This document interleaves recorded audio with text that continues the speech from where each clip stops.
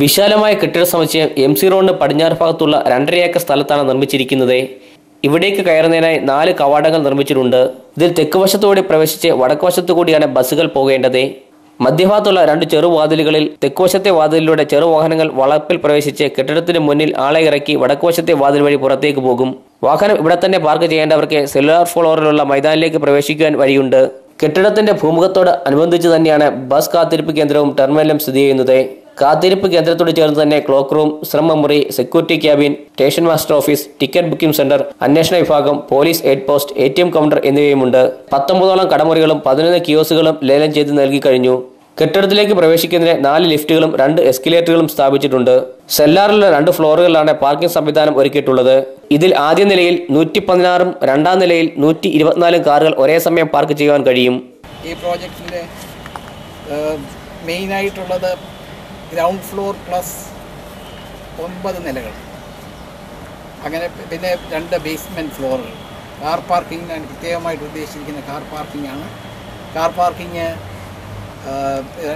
2 ഫ്ലോറിലായിട്ട് 240 car park ചെയ്യാൻ ഉതകുന്ന രീതിയിലാണ് ഇതെല്ലാം വിഭാവന ചെയ്തതും അത് ഇവിടെ പൂർത്തീകരിച്ചിരിക്കുകയാണ്. പ്രധാന കെട്ടിടത്തിന് പടിഞ്ഞാറ് വശത്ത് 3 നിലകളായി നിർമ്മിച്ചിട്ടുള്ള കെട്ടിടത്തിലാണ് അഡ്മിനിസ്ട്രേഷൻ ബ്ലോക്കും ഗ്യാരേജും പ്രവർത്തിക്കുന്നത്. 2 കെട്ടിടങ്ങൾക്ക് മധ്യേ ഇന്ത്യൻ ഓയിൽ കോർപ്പറേഷൻ വക പമ്പും ഉണ്ടാകും. കെട്ടിടത്തിന്റെ 1 മുതൽ 4 വരെയുള്ള നിലകളിൽ വ്യാപാര സൗകര്യങ്ങളാണ് ഒരുക്കിയിരിക്കുന്നത്. 5 മുതൽ 7 വരെയുള്ള നിലകളിൽ വിവിധ സർക്കാർ പൊതുമേഖലാ സ്ഥാപനങ്ങളുടെ ഓഫീസുകൾ പ്രവർത്തിക്കും. അവസാന നിലയാണ് മൾട്ടിപർപ്പസ് തിയേറ്റർ. വളപ്പിന്റെ തെക്ക് പടിഞ്ഞാറേ മൂലയിൽ നിർമ്മിച്ചിട്ടുള്ള അഡ്മിനിസ്ട്രേഷൻ ബ്ലോക്കിനോട് ചേർന്നാണ് ഗ്യാരേജ് പ്രവർത്തിക്കുന്നത്. ഒരേ സമയം 6 വാഹനങ്ങളുടെ അറ്റകുറ്റപ്പണി നടത്തുവാൻ സാധിക്കുന്ന ഹൈടെക് വർക്ക്ഷോപ്പ് ഗ്യാരേജിന്റെ ഭാഗമായുണ്ട്. ഹൈഡ്രോളിക് ലിഫ്റ്റും ഇൻസ്പെക്ഷൻ ലിഫ്റ്റും ഗ്യാരേജിനോട് ചേർന്നുണ്ട്. അറ്റകുറ്റപ്പണികൾക്കായി എത്തിച്ചേരുന്ന 40ഓളം ബസ്സുകൾക്ക് ഗ്യാരേജിന് സമീപം പാർക്ക് ചെയ്യാൻ സൗകര്യമുണ്ട്. KSRTC കെട്ടിട സമുച്ചയത്തിലെ മാലിന്യജലം ശുദ്ധീകരിച്ച് പുറത്തുള്ളതിനായി സീവേജ് ട്രീറ്റ്മെന്റ് പ്ലാന്റ് വളപ്പിൽ സ്ഥാപിച്ചിട്ടുണ്ട്. 3 ഭാഗങ്ങളുള്ള ടാങ്കുകൾ ഇതിനായി നിർമ്മിച്ചു കഴിഞ്ഞു. മലിനജലം 3 ഘട്ടങ്ങളായി ശുദ്ധീകരിച്ച് പുറത്തേക്ക് ഒഴുകുന്ന സംവിധാനമാണ് ഒരുക്കിയിരിക്കുന്നത്. കെട്ടിട സമുച്ചയത്തിൽ ഏറ്റവും പ്രധാനപ്പെട്ട സംവിധാനം അഗ്നിസുരക്ഷാ സംവിധാനമാണ്. കെട്ടിട സമുച്ചയത്തിൽ അഗ്നിബാധ ഉണ്ടായാൽ ചെറുക്കുന്നതിനായി ആധുനിക സൗകര്യങ്ങളോട് കൂടിയ ഫയർ സ്റ്റേഷൻ സെല്ലാർ ഫ്ലോറിൽ പ്രവർത്തിക്കുന്നു. 5 ലക്ഷം ലിറ്റർ ജലം ശേഖരിക്കാവുന്ന സംഭരണിയും ഫയർ സ്റ്റേഷന്റെ ഭാഗമായുണ്ട്. അഗ്നിബാധയുണ്ടായാൽ കെട്ടിടത്തിന്റെ എല്ലാ ഭാഗത്തും വെള്ളം എത്തിക്കുന്നതിനായി പ്രത്യേകം കുഴലുകൾ സ്ഥാപിച്ചിട്ടുണ്ട്. ഓരോ മുറികളിലും ഷവർ പോലെ പ്രവർത്തിക്കുന്ന നോസിലും കുഴലുകളിൽ ഘടിപ്പിച്ചിട്ടുണ്ട്. Fire escape, fire fighting system ഒക്കെ ഇപ്പോഴത്തെ മോഡേൺ ബിൽഡിങ്ങുകളിൽ വേണ്ട സംവിധാനങ്ങളാണ് ചെയ്തിരിക്കുന്നത്.